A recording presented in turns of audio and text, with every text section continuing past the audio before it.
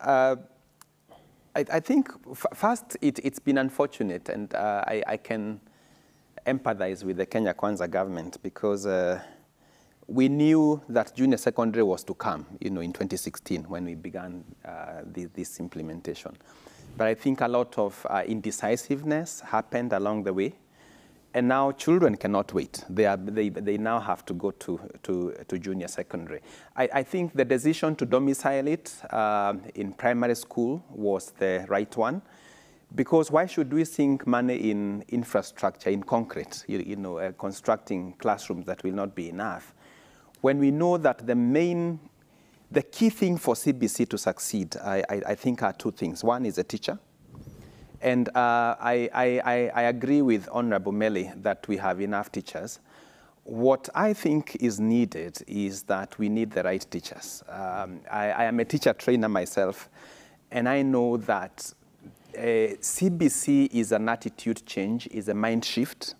It's a new philosophy, a new way of educating. It's a teacher ceding power. And so we know that even if we say we'll take them for training,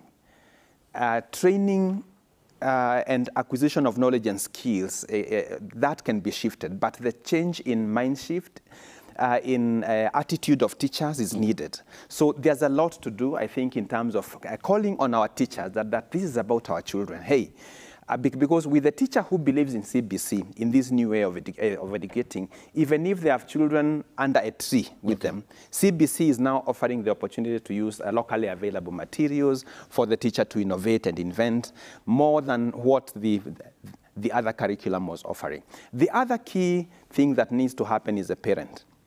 And junior secondary, the objective of junior secondary is a transitional moment where the teacher, the parent, and the child sit together to identify the talent of this person, look at their interest in the future, in the next 10 years. What is this person best doing?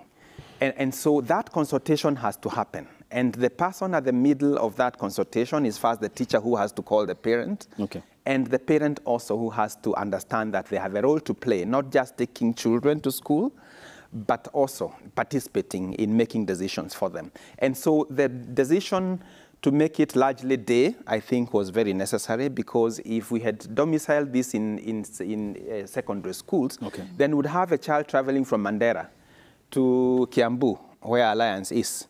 That parent in Mandera has no fare to make several trips to Kiambu. So I think parents would need to understand this, and teachers would need to own it for CBC to succeed from where we are.